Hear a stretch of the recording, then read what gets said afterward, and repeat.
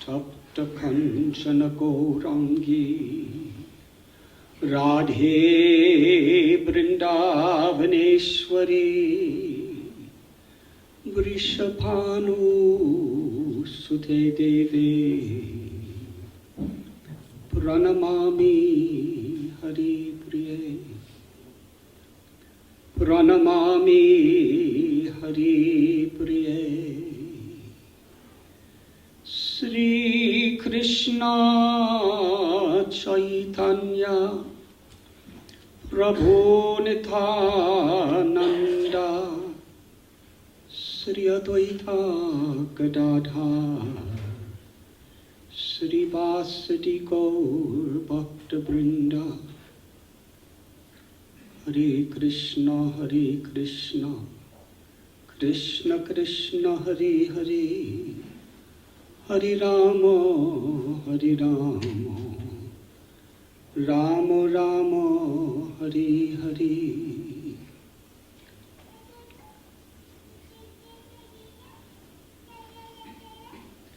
I am very, very grateful for this opportunity to be with all of you this evening.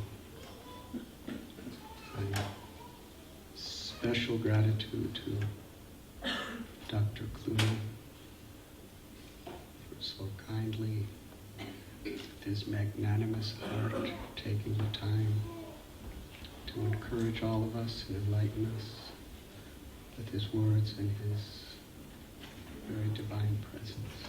Thank you. And to Pragya Devi for your motherly love, your beautiful kirtan, and your very gracious words.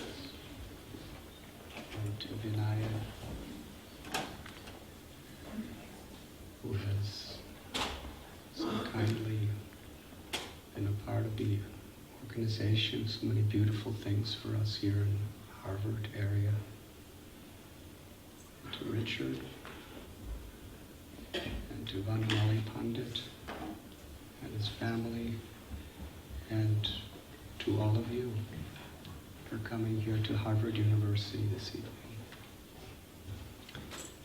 Time is so precious. How we choose to utilize each and every moment that we have is what will determine our life, our future, and how we can affect the world. Chanakya Pandit, one great Indian moralist from long ago, he explained that time is so precious that if you lose a moment, you cannot recover that for all the wealth within the cosmic manifestation. And each moment is an opportunity to grow, to progress, and to offer great things to the world.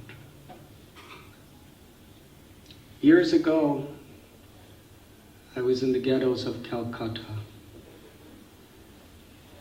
and I met with Mother Teresa. During that time with her, I especially remember particular words she spoke that deeply affected my life. She said, the greatest problem in this world is hunger. Not hunger of the stomach, hunger of the heart. Food could fill the stomach, but only love could touch the heart. And she explained how she traveled around the world to so many places. New York, Boston, Los Angeles, London, Sydney, Paris, Bombay. And she told me that what she found was the rich, the poor, people of all classes, of all religions, of all races, that their hearts were starving. And she said to me something very interesting. Sometimes when the poorest people in the ghettos of Calcutta die in her arms, she sees a light in their eyes. She said, even some of the most wealthy, powerful people in the Western world, I do not see that light in their eyes.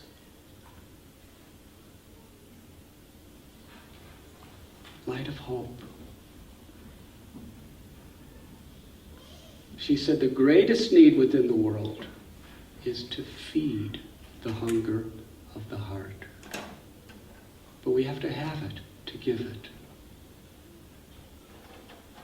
Only God's love can do that. The most fundamental need of every living being is to love and be loved. Things can give satisfaction to the body, the senses, and the mind, but only love can give fulfillment to the heart. And that's the place where real happiness, real fulfillment can be experienced. And according to the great spiritual traditions throughout history that have appeared in various places throughout the world, the origin of that love is the love of the divine, the love of God. Yoga means to reconnect, to harmonize the body, the mind, with the true self. This is the most fundamental teaching of the Bhagavad Gita. Who am I? The Gita explains, Dehinosmin yatha dehe komaram yovaram jara, tatha dehantara praptir dhirastatra namuyate. That the body is always changing. From childhood to youth to old age. And as far as the mind, I think we all know how much the mind can change. I read a statistic by a psychologist who said that the average human being has 60,000 separate thoughts every day.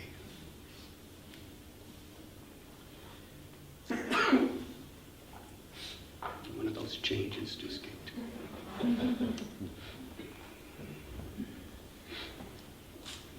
Who is the witness of the changing mind and the changing body? When we see a photograph of ourselves as a little baby, we say, this was me. But the body's very different and the mind is very different. What were we thinking about then? We were crying for the milk of our mother. When was the last time you cried for the milk of your mother? The mind is very different. The body is very different, but who is that constant witness? The Gita explains it is the Atma, the living force, the spiritual essence that gives us life, that sees through the eyes, tastes through the tongue, hears through the ears, thinks through the brain, and loves through the heart. And from the Gita's perspective, there's an explanation of the nature of that Atma. Najayate mriyate bhakadachin. Thank you so much. It is never born, and it can never die. It is eternal. Satchit Ananda, eternal, full of knowledge, and by its own inherent nature, full of ecstatic joy. Mamaivam so jiva loge jiva bhuta sanatana. That the Atma, this living force within us, is a part of God, a part of the divine, like a sun ray is a part of the sun. And that divinity is our greatest potential. It's our greatest joy, because its inherent nature is unselfish, unmotivated love. The Srimad Bhagavat declares, Savaipung Shankaro Dharmo Yato Bhaktirabhokshite Ahoitaki Apratihata Yayatma Suprasidati. That the supreme Dharma, sometimes Dharma is translated as religion, sometimes as occupation.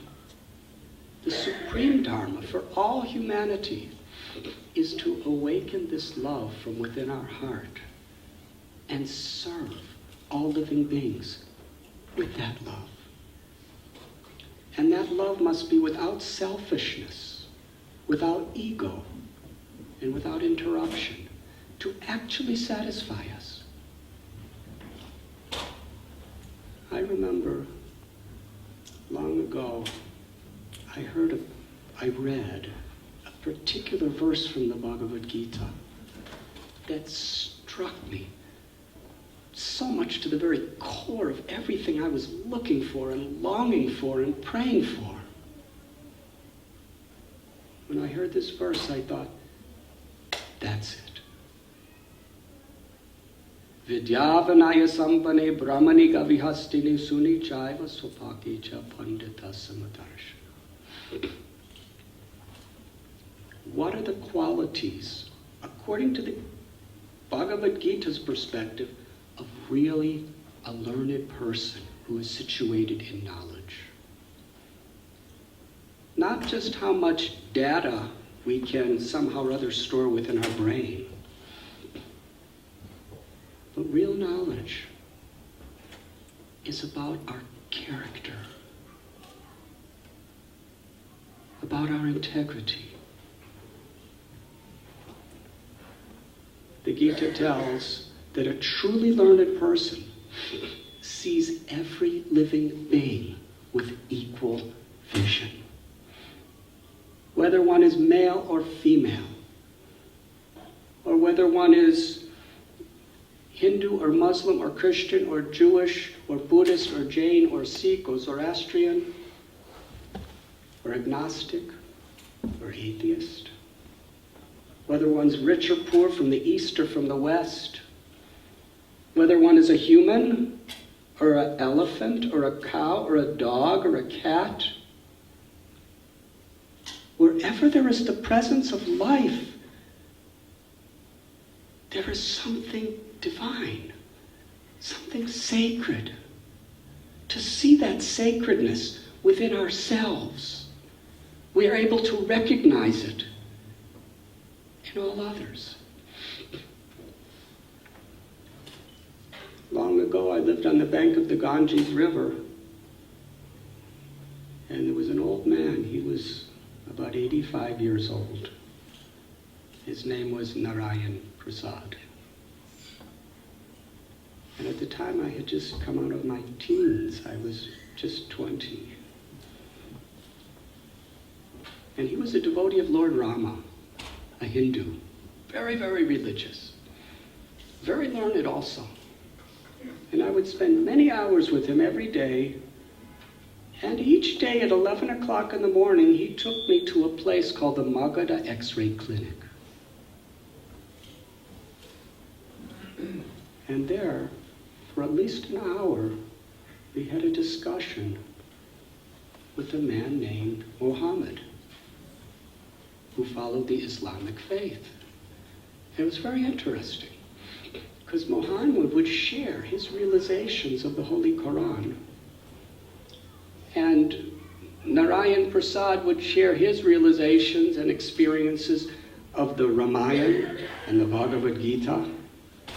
And little me, I would share my experiences of all the clutter of stuff that I had accumulated from the Bible, the Old Testament, the New Testament, and whatever else I was reading. But the incredible thing about this exchange, it wasn't about tolerating our differences, somehow or other not fighting about them. In my young, impressionable mind, I saw something between these two very saintly people in my eyes. They deeply appreciated each other's views. They felt that they were being enriched by each other's views. And one day when I was sitting alone with the Hindu, Narayan Prasad, on the bank of the river, I asked him a question. I said, in a country like India, where there is so much conflict between Hindus and Muslims, there's so much violence and communalism, how is it that the two of you could be best of friends? I'll never forget his reply. He said, if a dog has a master, the dog will recognize the master in whatever way the master dresses. One day, he may be in a tuxedo. Another day in blue jeans and t-shirt. Another day in a bathing suit. Another day he may be naked. But the dog recognizes the master in any dress. If we cannot recognize our beloved Lord, our source, our origin, the object of our deepest love, when he comes to different people, at different times, in different places, in different dresses, then we have so much to learn from the dog.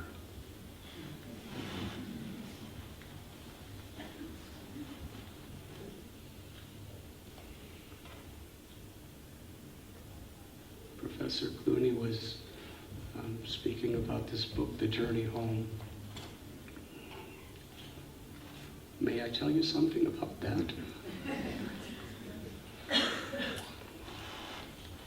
I really never wanted to write this, but my very, very dearest friend on his deathbed, he made me promise to write it and publish it.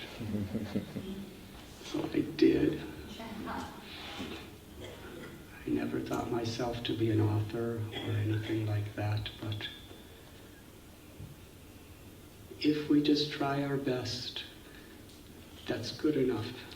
And what comes out of it is in the hands of a power beyond our own.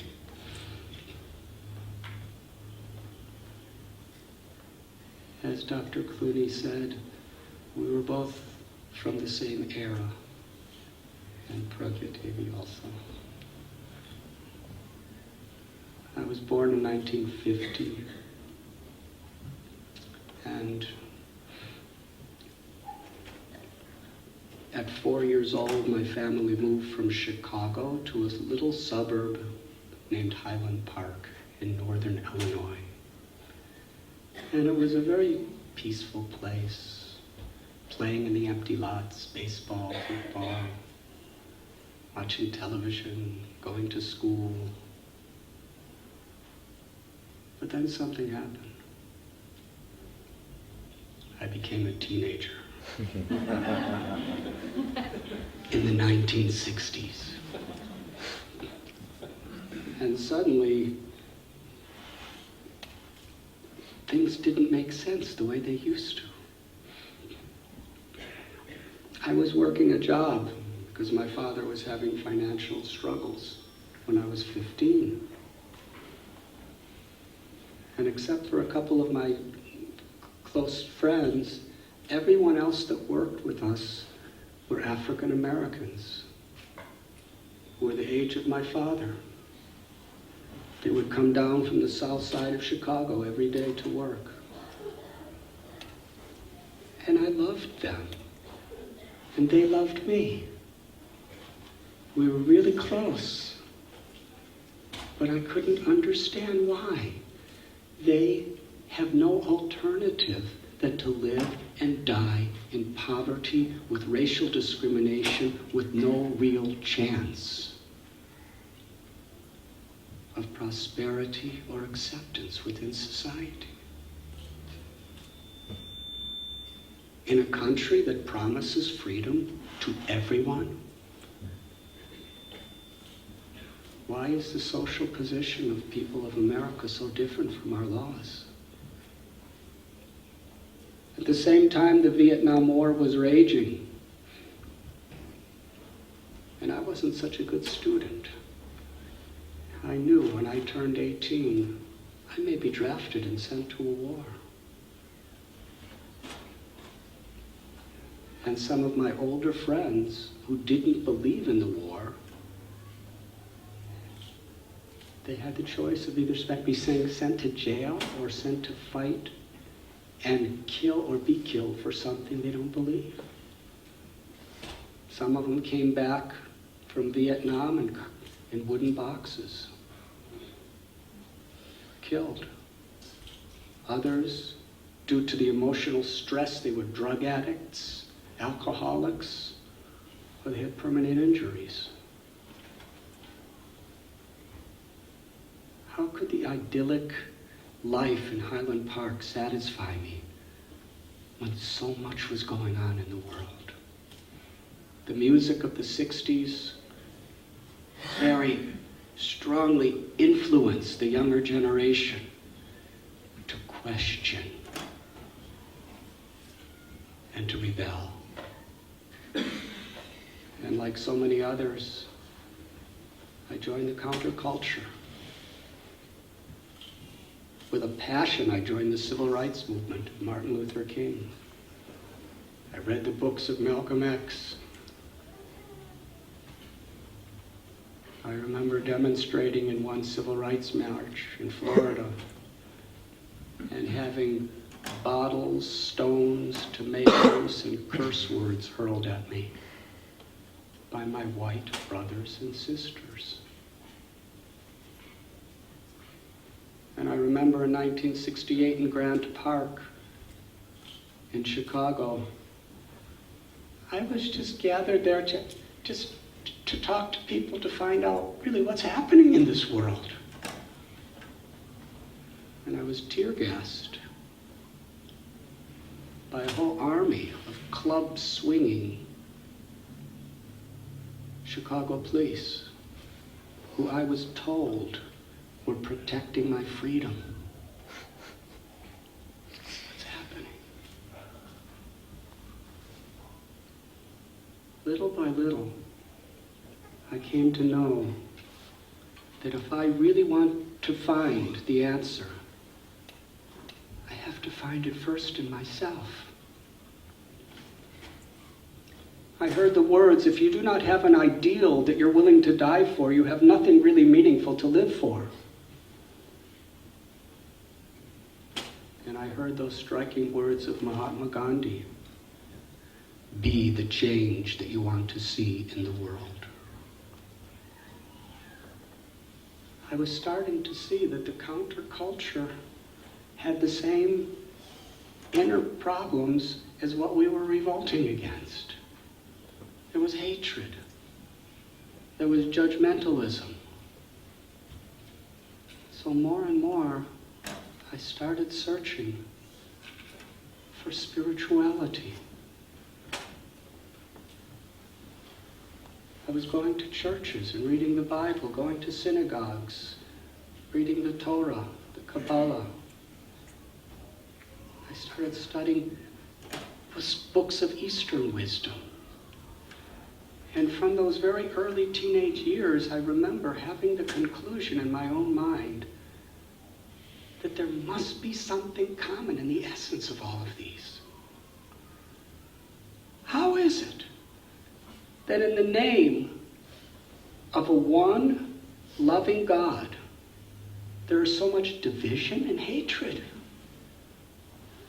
Either we reject it all, or we become sectarian, or we really seek the essence.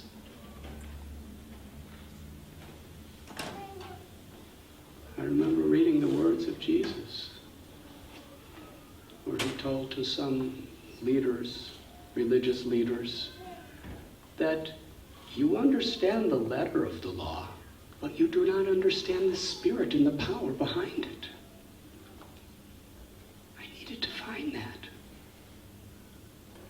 It was was about that time that my best lifelong friend Gary called me to someone's house in Cherry Hill, New Jersey. And Gary said, I'm going on a summer trip to Europe. You must come. I said, I have no money. I have a job for the summer. I can't. Gary said, I have no money either. But Frank, our friend, is willing to pay for both of us. So let's go. I said, I'll go. It sounded really nice. It sounded like some divine arrangement. So we took an airplane to Iceland, and because there was no volcano at the time, we got a connecting flight to Luxembourg. And then we discovered what kind of trip Frank was going to take us on. The first night, we were all three crammed in a tiny little tent in a campground. And the next morning, Frank was robbed and said, we have to go back. We can't survive with nothing. And he left. And Gary and I just looked at each other and went, it doesn't make any difference to us. So we hitchhiked. We associated with the counterculture. We went to rock festivals. But little by little, there was a call in my heart that was just taking me away from all of it. I found myself sitting on the banks of rivers, in synagogues, in cathedrals, in monasteries, trying to go deeper and deeper to understand who I am. How can I really be an instrument of peace and goodness within this world? This little spark of spiritual desire became like a flame and ultimately took Gary and I to the island of Crete, off the coast of Greece, where we lived in a cave together. And every day from sunrise to sunset, I sat on top of a mountain and meditated and prayed and studied spiritual books. One day, I was weeping. I was praying for direction. When something happened that changed my life forever. I heard 3 words. And I understood if I follow what these 3 words are saying, I could never turn back. Go to India. I had never met an Indian. I had never had Indian food. I didn't know where India was. I didn't have a map, and I couldn't even afford one. I had nothing. I climbed down that mountain back to the cave, and Gary was sitting there in meditation with a little candle burning beside him. I said, Gary, something incredible happened to me. Gary said, something amazing happened to me. I said, what? He said, at sunset, I heard a voice. I said, what did he say? He said, you won't believe me. I really might. He said, I don't think you're going to believe me. I said, just tell me. He said, I heard a voice tell me, go to Israel.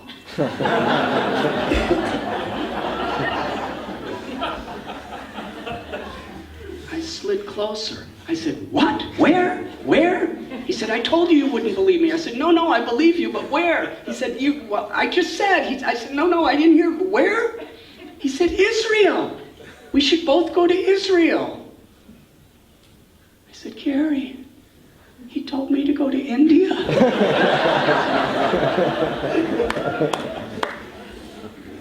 Gary said, India? There was complete silence for about 20 minutes. I remember looking out at the stars in the darkened sky, glistening over the Mediterranean Sea. And and silently whispering into the sky, I am willing. Then I turned to Gary and said, at sunrise, I'm leaving for India. He said, there is no way I'm going to hitchhike across the Middle East. This is insane. It's dangerous. Come to Israel with me, we'll work on a kibbutz, we'll make money, then we'll get a bus to India. I said, Gary, I believe this was the call of God. I have to go at sunrise. He said, you're going to leave me all alone on this island? I didn't reply. He understood my heart. And the next morning I began my journey. My first hitchhiking ride was on a fishing boat from the island to Athens. I remember looking at the choppy sea, wondering where destiny was going to lead me. We hitchhiked through Turkey and Iran, Afghanistan and Pakistan. I remember when I was in Iran, I remembered that I was supposed to go back to college 2 months ago. And my parents were waiting for me. I told them I was just going on a summer vacation, and they worried a lot. They were so protective. For those of you who are parents, you may sympathize. I was supposed to be back in the end of August. 2 months, 3 months.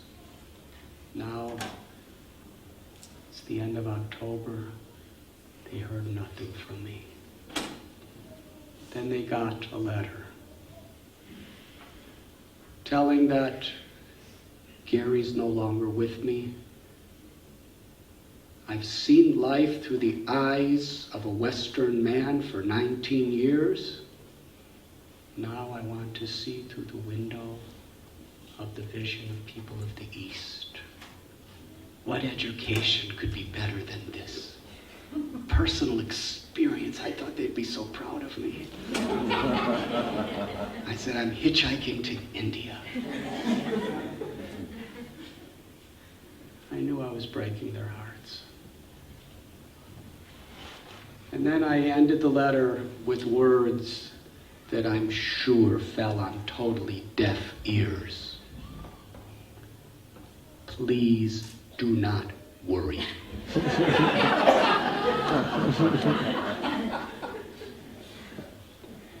It was postmarked Iran with no return address.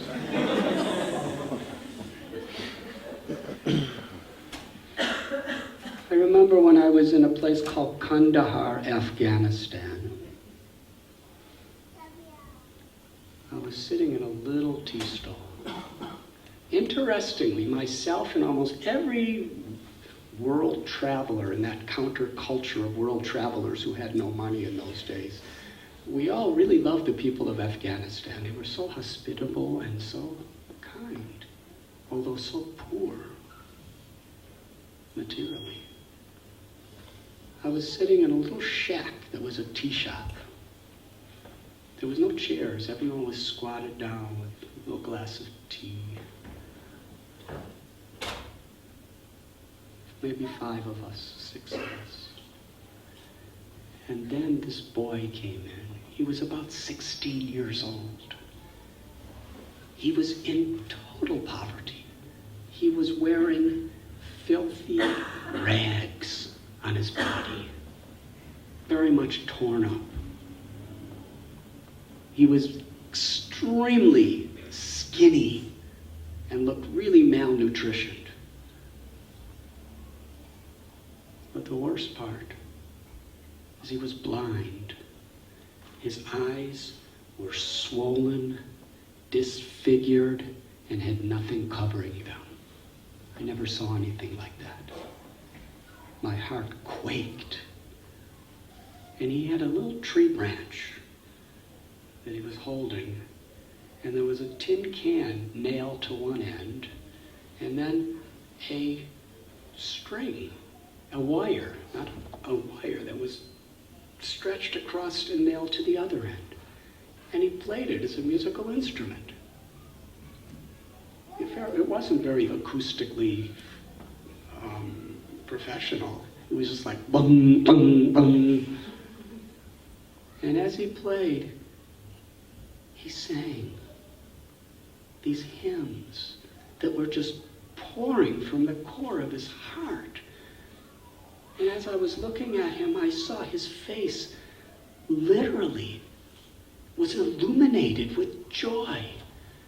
There was a smile with his rotten teeth inside. That was perhaps the most blissful smile I ever saw. We all sat there mesmerized for about 45 minutes as he sang and he sang and he sang. And I remember thinking at that time, he looks like the happiest person I've ever met in my life. And yet he's in total poverty, he's in disease, he's illiterate. Everything that I have been taught my whole life will make you happy, he has none of it, and he's happier than all the people who have it. This was a culture shock to me. What really is meaningful and fulfilling life? Is it about things? Or is it about an inner experience? That was a great lesson. It took me 6 months hitchhiking from London to the border of India. And when I got to the border, they wouldn't let me in because they had no money. That was really a struggle. You have to read the book if you want to know how I got in.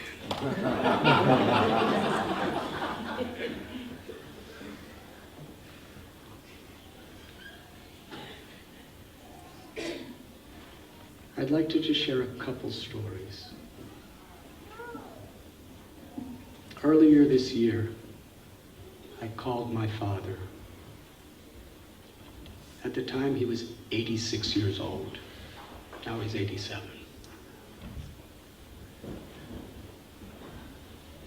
I asked the common question, my dear father, how are you? He said, usually he's always so positive, and he's always so cheerful. But this time, with a very grave, stern voice, he answered with one word, terrible. That shocked me. I've never heard him say that before. I said, what happened? He said, I didn't sleep all night. I said, why didn't you sleep? I read your book, The Journey Home, before I went to sleep. I said, was it that bad? He said, it was worse. I said, well, which part did you read? He said, I read the part where you were sinking in quicksand. And he went on and on to explain the situation. Would you like me to tell you the story? During my journey to India, the first day I came to the Himalayas, I was alone, sitting on the bank of the Ganges, meditating in a very secluded place. And out from a jungle came a holy man. And he walked right up to me and said, you don't know me, but I know you. Now take off your Western clothes and throw them in the Ganges, and I will give you the robes of a sadhu. I said, what is a sadhu? He said, a sadhu is a homeless wanderer who is seeking divinity. Or you may say, a monk. He had just 2 strips of cloth, unsewn cloth. I said, I was thinking, those are clothes. Anyways, this seems to be some divine arrangement. So I took off my only clothes I had. Because escaping from people who were trying to murder me in the Middle East, I left my sleeping bag and my bags and all my clothes behind. So I just had 1 shirt and 1 pair of pants. And when that's all you have, you become really attached to them. It becomes a part of your identity. I'm sorry if I'm getting a little too emotional here, but those pants were gray with thin black pinstripes going vertically down. I thought they were so cool. And I had a turtleneck shirt which was gray with horizontal pinstripes.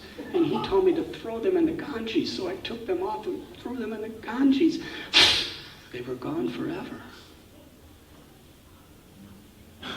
Then he told me how to wrap this little sheet around my waist and another sheet around the upper part of my body. Then he had 2 other little strips. He said, these are called kopan, loincloth. Throw your underpants in the Ganges. This was becoming serious surrender. Fruit of the loom underpants. Gone forever. And then he whispered something in my ear. He said, the Ganges will become your mother. She will reveal this to you in time. He turned around and walked away, and I never saw him again. From that point, I wandered the Himalayas, sometimes in caves, sometimes on riverbanks, in the forests, living with yogis and sages and rishis, and sometimes just all by myself.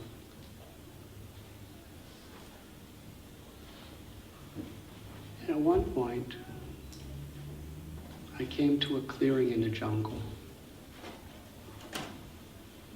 It was just the end of the winter of 1971. It was in about February of 1971.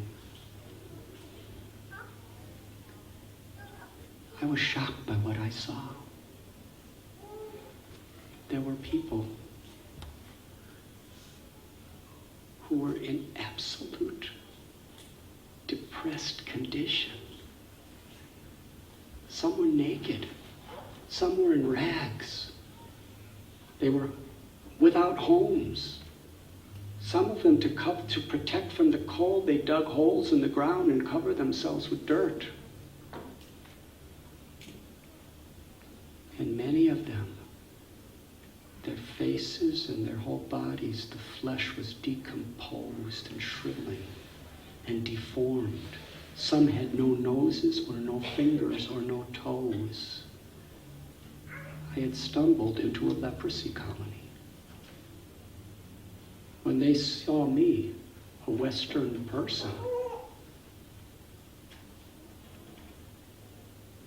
about 15 or 20 of them made a tight circle around me and wouldn't let me move, and screamed into my face, "Bakshish, bakshish," which means give me money. I didn't have any money. I would have loved to have given them money, but they didn't believe me. They went tighter and tighter and tighter. They were even fighting among themselves to get in the front, to get some money from me, screaming with desperate eyes, "Bakshish, bakshish." As they were screaming, they were spitting in my face and putting their deformed hands in my face. It was a culture shock for someone brought up in the suburbs of Chicago. There were so many thoughts in my mind. Part of my mind was thinking, why are they doing this to me? How cruel. Another part was thinking, the way they're suffering, anything they do is justified. And another part was thinking, I don't know much about leprosy, but I heard it's contagious, and they're spitting in my face and they're putting their bloody hands in my face, and I might get leprosy. So it was quite a traumatic experience. They had me like a prisoner there for about 20 minutes, and finally they patted me down. Kind of like what people are revolting against in the airports these days. You were like the leprosy colony TSA. And they found that I really had nothing. So they let me go. I walked a few steps and stopped in my tracks. To my left side, I saw a very old leper woman.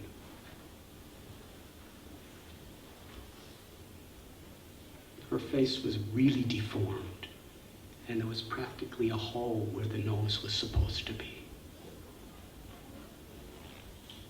It was pitiful to see her. She just laid there in the dirt in rags. She looked in my eyes, and I looked in hers. I felt the compassionate love of a mother in her glance. It was as if she was speaking to me through her eyes. How she felt so much sympathy for what I just went through, the anxiety that her people caused to me. And then I saw in her eyes a heart that had been yearning and longing to love someone, and for someone to accept the love she so badly wanted to give.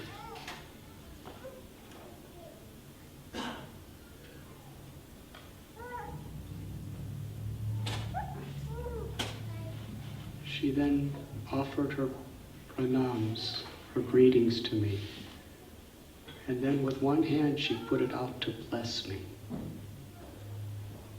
The motherly affection I felt in her eyes affected me so much that I ran over to her, fell on my knees, and put my head under her hand to receive her blessing. And that old leper woman repeated again and again in the Hindi language the words, "May God bless you, my child. May God bless you. May God bless you." I looked up at her. She had no teeth in her mouth, but she was smiling. And through those deformed, sunken eyes, I saw tears streaming. Her face was lit up with the joy of giving what every mother wants and needs to give, a blessing to a child, what she perhaps never had the chance to do for decades. She was in a type of ecstasy, blessing me. And I remember very clearly, as if it was this morning, looking at her face, I was thinking, she is the most beautiful person I've ever seen. What really is beauty? After some time, I left her and went higher into the mountains and sat on the banks of a river and looked at the surface of the river.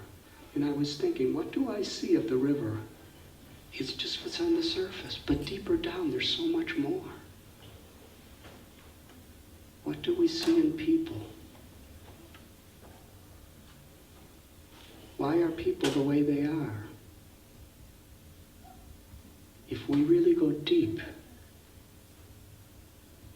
then instead of feeling hate or anger toward people, we'll probably feel compassion.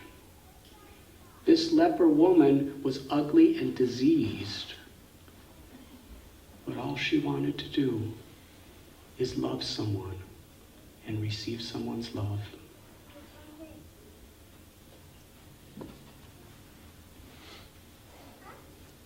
I remember one saint named Anandamayi Ma. She told me that love is everlasting forgiveness. God sends suffering so that we will turn to Him and end all suffering. We should see every situation as a positive opportunity to grow. So I'm going to fast forward to this section of the book my father was reading. What happened is I came down from the Himalayas and I came to a place called Prayag, which is where, Professor Clooney, thank you so much for your kind comments. There, it's considered one of the holiest places in all of India, where the Ganges, the Jamuna, and the Saraswati rivers all meet. It was the summertime, and the sand was very hot, and I was the only person around. And I was sitting on the sand, and I was really getting burnt by it, and thinking, this is the place of the Kumbh Mela, where every 12 years, up to 20 or 30 million people come to bathe. It's so holy and sacred, and to meet saintly people. And I'm here. I walked miles and miles to get to that place. And I went in the water. Oh, it was so nice. It was so cool. It was so refreshing. The river Ganges was forcefully flowing in one direction, and the river Jamuna was flowing very, very gently into the Ganges. And I said some prayers, and I was thinking, it's so cool, and it's so nice in this water, and it's so hot out there, and this is such a holy place, and I may never be back here for the rest of my life. I'm going to stay in this water as long as I can. And then I got an enthusiasm to swim all the way across. Now, the easiest way to swim across is just to swim with the current of the Ganges, because she was going really fast. So it was over 100 yards I swam across. I was carried by the Ganges to this riverbank that was absolutely secluded. There was nothing and no one anywhere around. And I was thinking, what a blessing to be in such a quiet place to meditate. So I got out of the Ganges, and I stepped into the sand and found myself getting sucked down. I was really disoriented.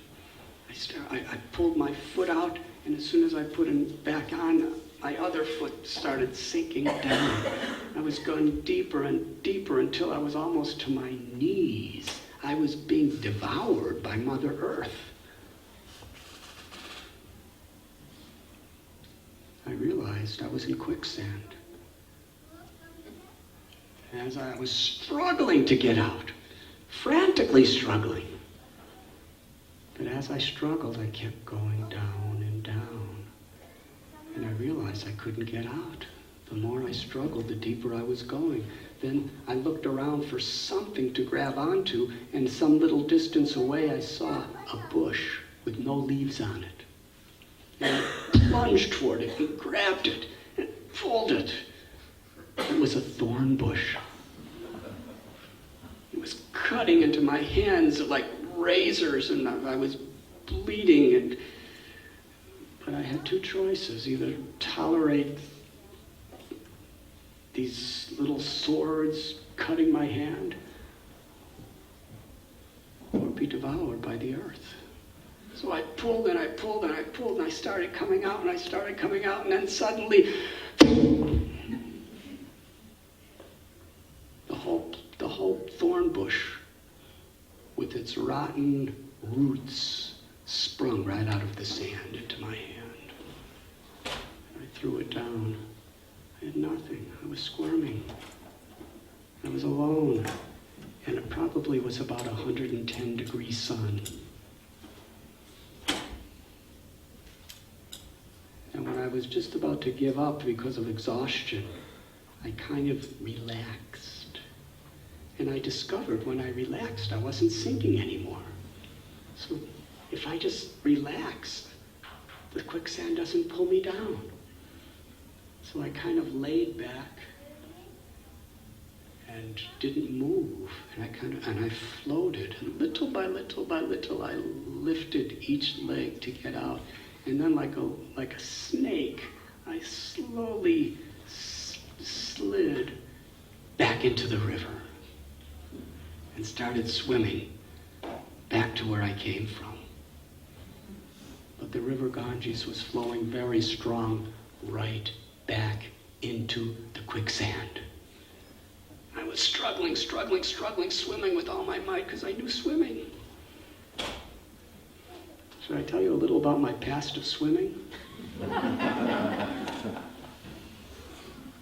When I was a little boy, it was a big thing to go to swimming tournaments at the public pools.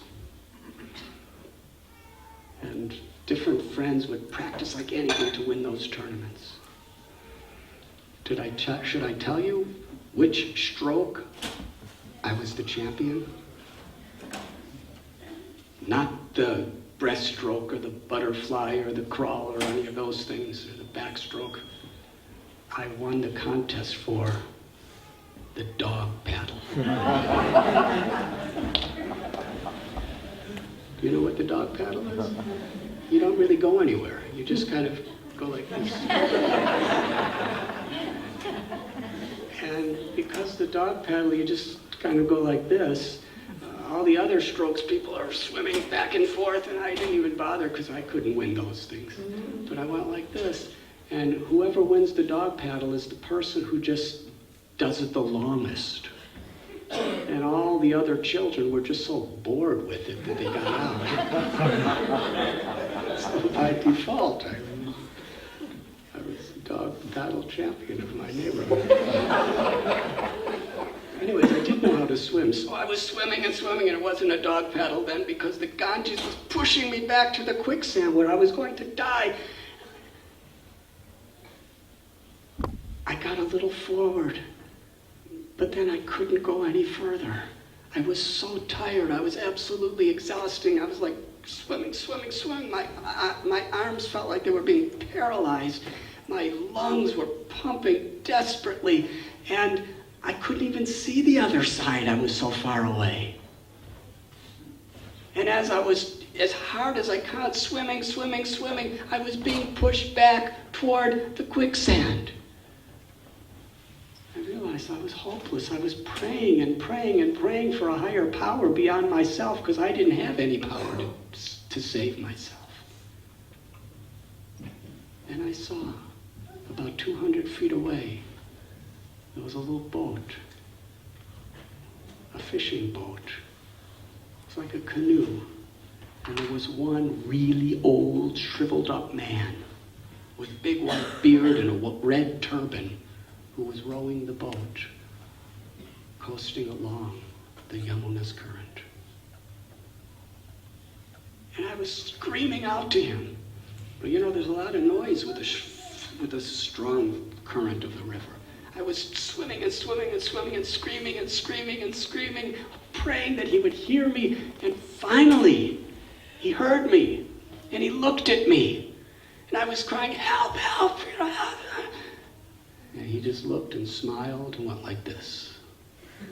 He just moved his hand in a forward direction and then floated by and left me there to drown. I was thinking, what kind of, I'm praying to God and here's somebody and it's the end. I had no more strength. I started going underwater, swallowing water. And I felt I had two choices. Either die in the holy river Ganges or die in the quicksand. I decided the Ganges is better. So I was still trying, but there was no hope. And I started going underwater. And I remember when I lost all hope and I just prayed and I was underwater, something happened. A beautiful song came into my mind. It was the Hare Krishna mantra. When I first was living on the bank of the Ganges, I first heard this mantra in the current of the Ganges.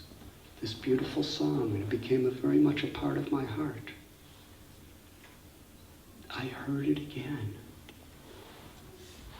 And I started chanting in my mind, repeating this mantra. Hare Krishna, Krishna Krishna, Hare Hare, Hare Rama, Rama Rama, Hare Hare. And in that mantra I felt such peace, such a fearlessness, such a calmness, that it was just such a blessed way to die. I felt, instead of fear, I felt gratitude. And just then, with the clarity of mind that I had, I thought, why did that old boatman go like that? Now I understand. He was telling me, don't swim against the current of the Ganges this way. Swim with the gentle current of the Jamuna this way. Why didn't I think of that? So instead of swimming against the Ganges current, I started swimming this way across the Ganges current.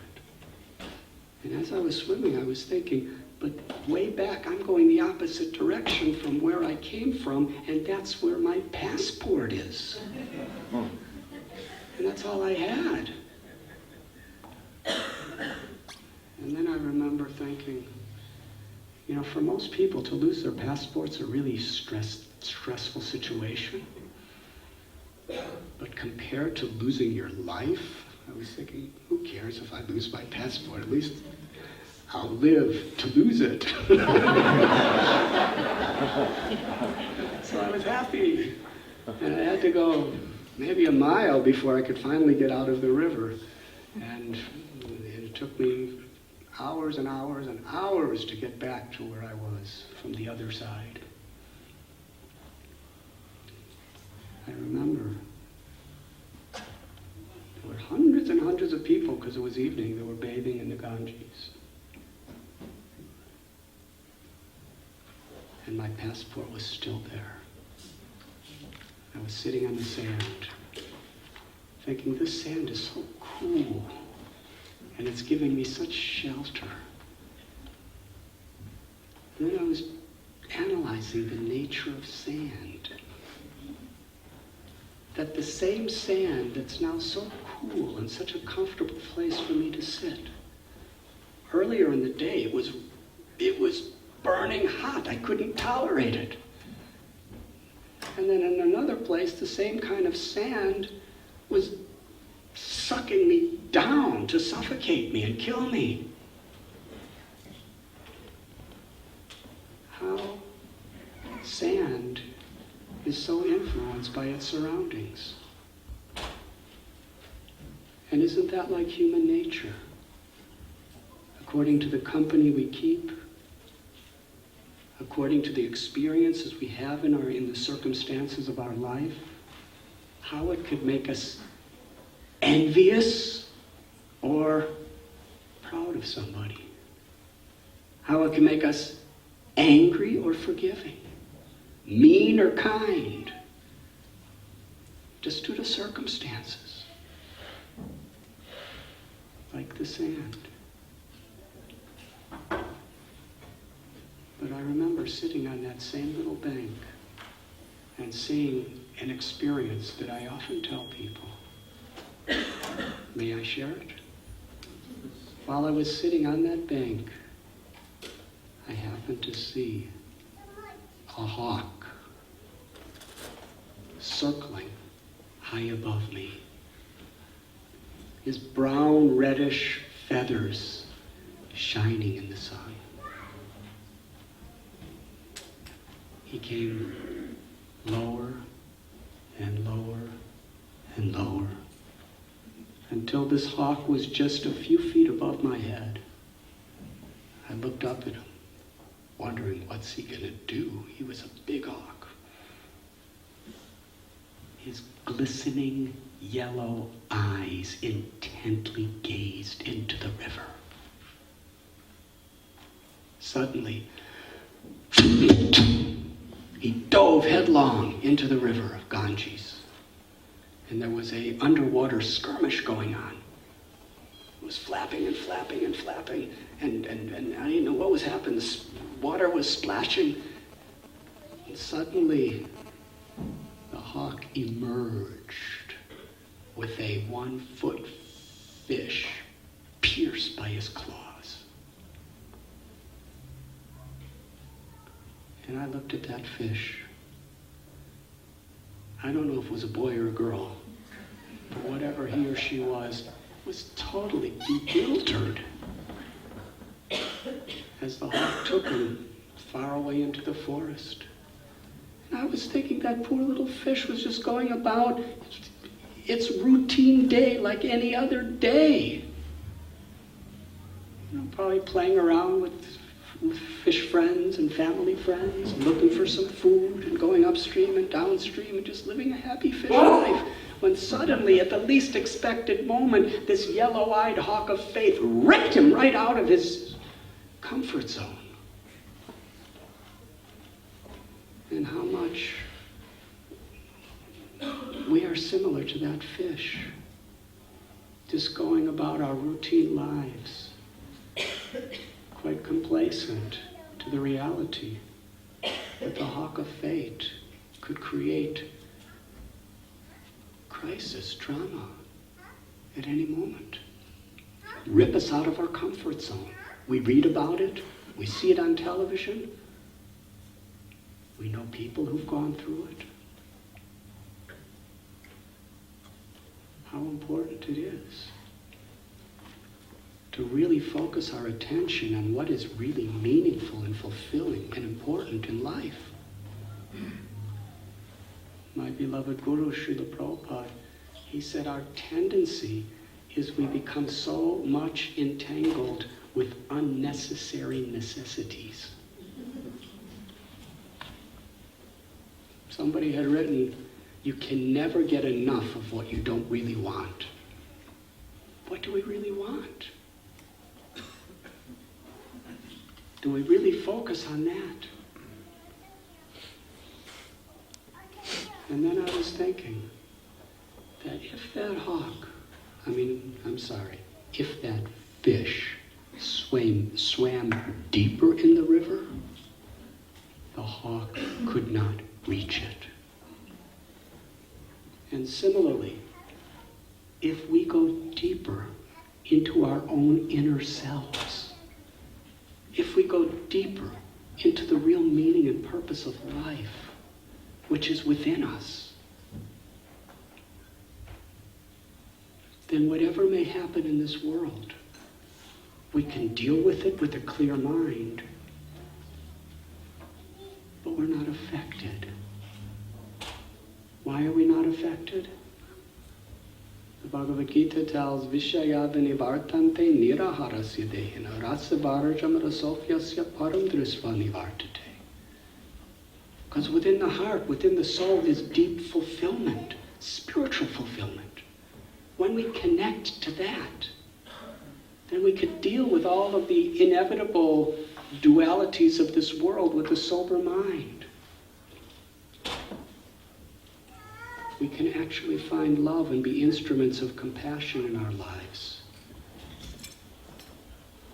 and not be affected so much by by the inevitable changes that come around us. And that is what yoga means. To actually reconnect with our own essence. And the word religion comes from the Latin word religio, which means to bind us back to our own true essence. In the Bible it is said, what is the use if you gain the whole world if you lose your eternal soul? To be in this world, but not of this world. Real happiness is not about what we can grab from outside, thinking we need more and more and more and more. Because we can never get enough of what we don't really want.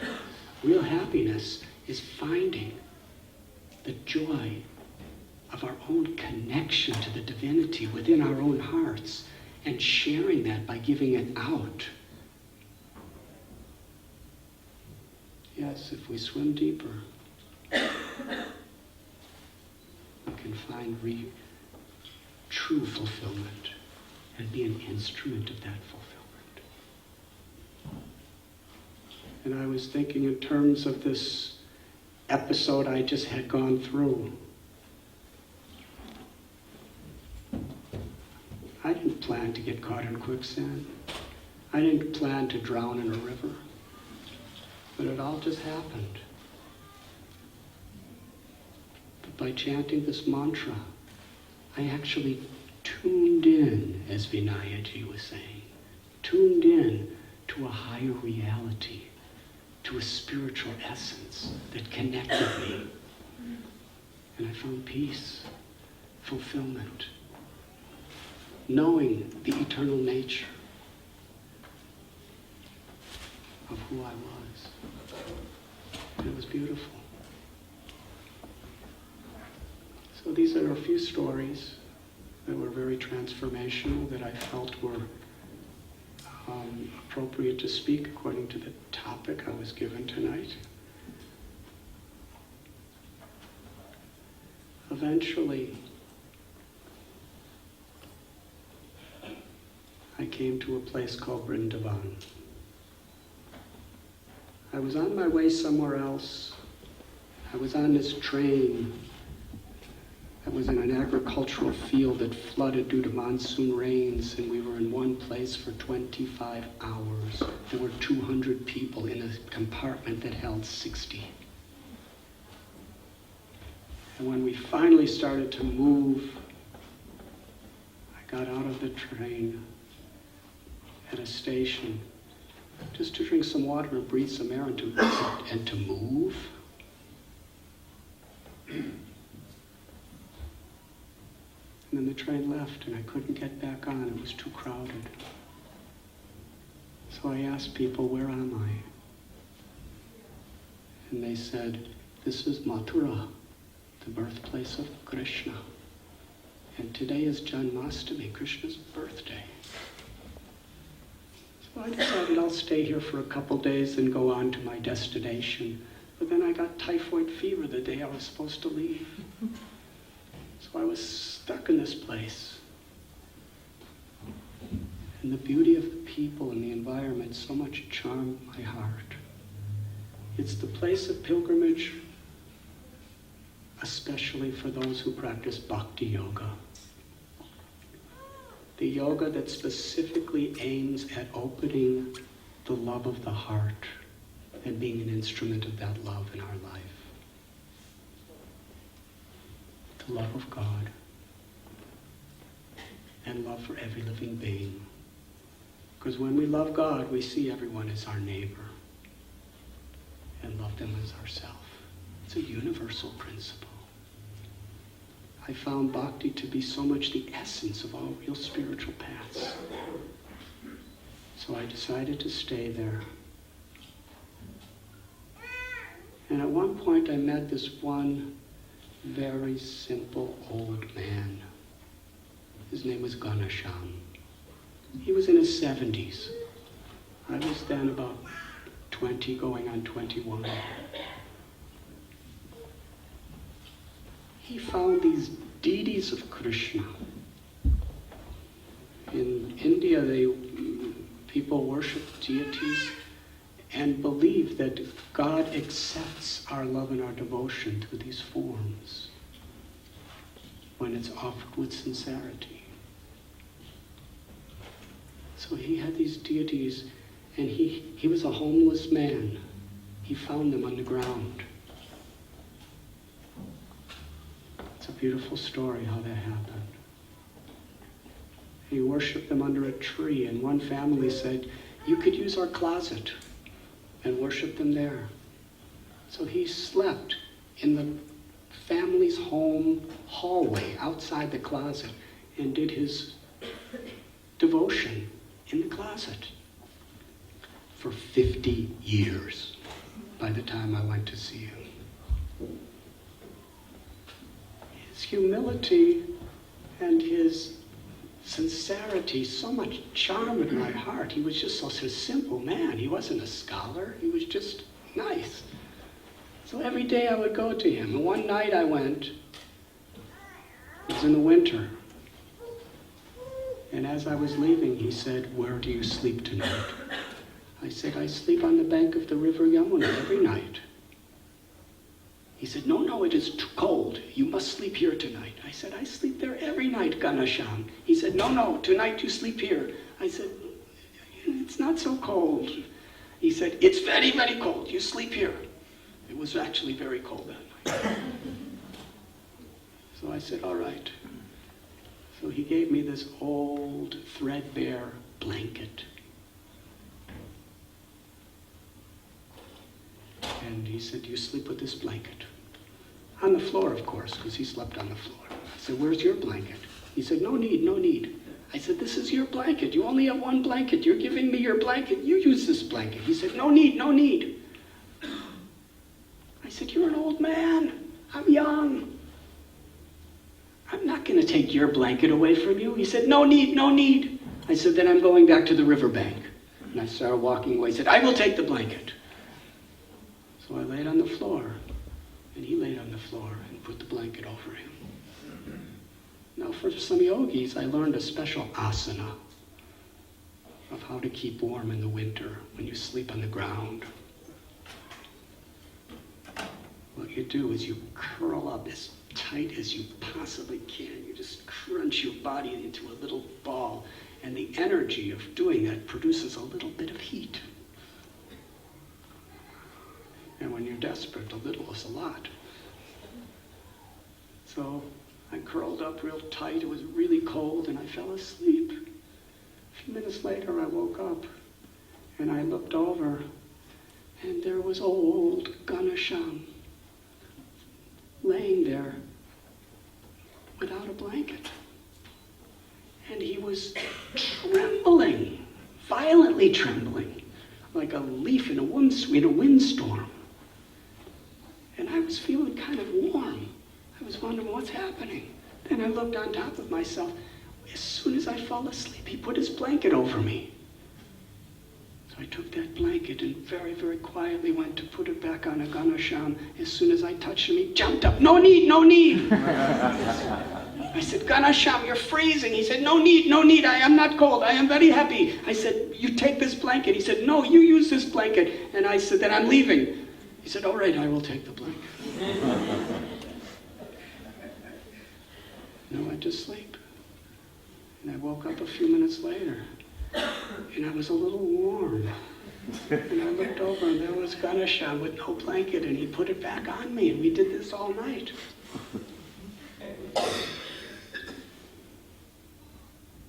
Ganasham's mood. He would tell me. He said, to serve God means to serve every living being. To serve God means to serve those who God loves. And God loves everyone. And he told me that there's no greater pleasure that he experiences than undergoing difficulty to serve others in God's name. And he meant it. In this book, I tell several stories about Ganasham. And I learned something about humility. Humility is not a weakness. It's not self-effacement. It doesn't lead to depression. Depression is not humility. Depression is a frustrated ego. Humility is to be without ego. To actually see that there's a higher power than ourselves that is at work.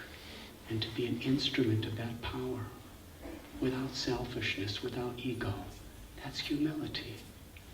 And that type of humility liberates us and brings the ultimate joy because it opens our hearts to receive grace. I found that in Ganesham. He was a simple man that simply loved God and loved everyone. And it was there in Vrindavan that I met my Gurudev, Srila Prabhupada. And I saw in him a humility to just be an instrument of grace. I read about him when I was there. How at the age of 70 he crossed over 2 oceans and 3 continents on a cargo ship with only $7. And came to New York City just to share a universal message of pure, unalloyed love for God with others.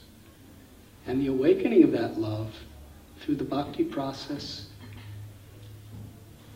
is in using whatever we have and whatever we know in a mood of seva or service.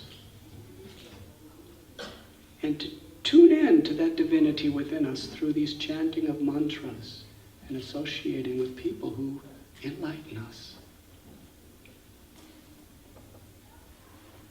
And I just wanted to help him in his mission of selfless compassion. I personally found in his wisdom not something that negated other spiritual ideas or religions, but a teaching that really integrated them all. And dove deeply into the essence of unmotivated, uninterrupted, loving service. And since that time, I've been trying to assist him in sharing this great wisdom with others.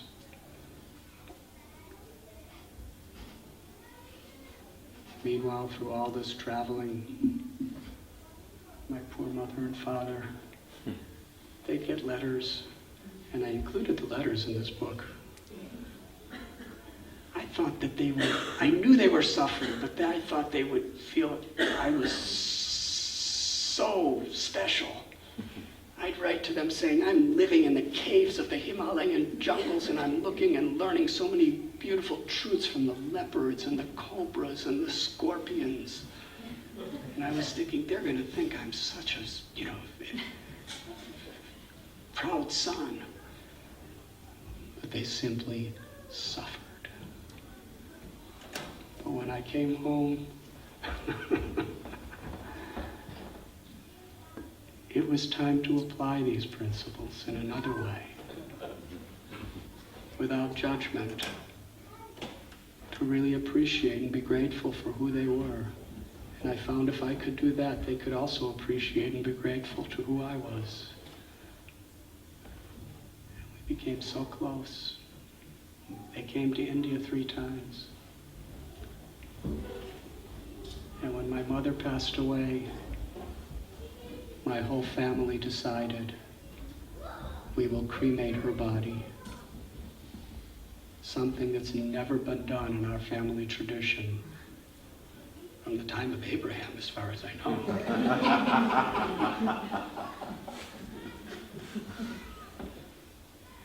And the reason they cremated her is to give me the ashes to bring to India, because they felt she was so proud of what her son was doing there. That meant a lot to me.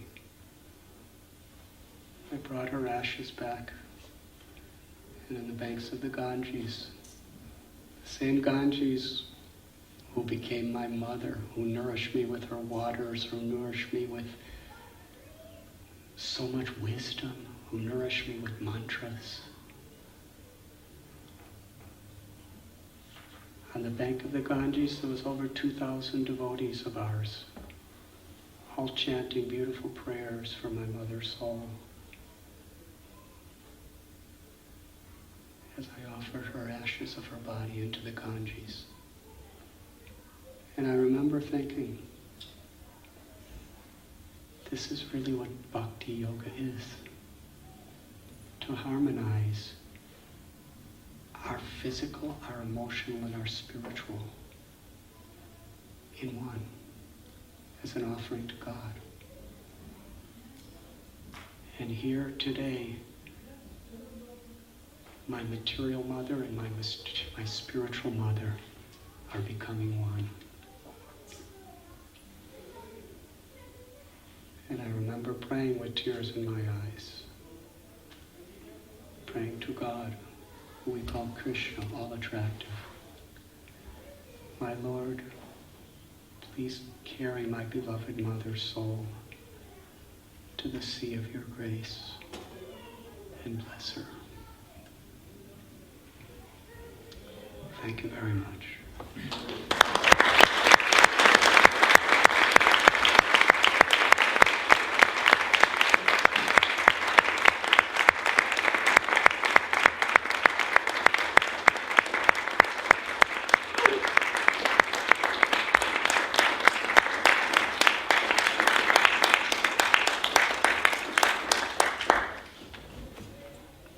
Should we end here, or should we have questions or kirtan? No. Oh. Whoever the organizers are, I am your puppet, Right there. and you can pull my string. 20.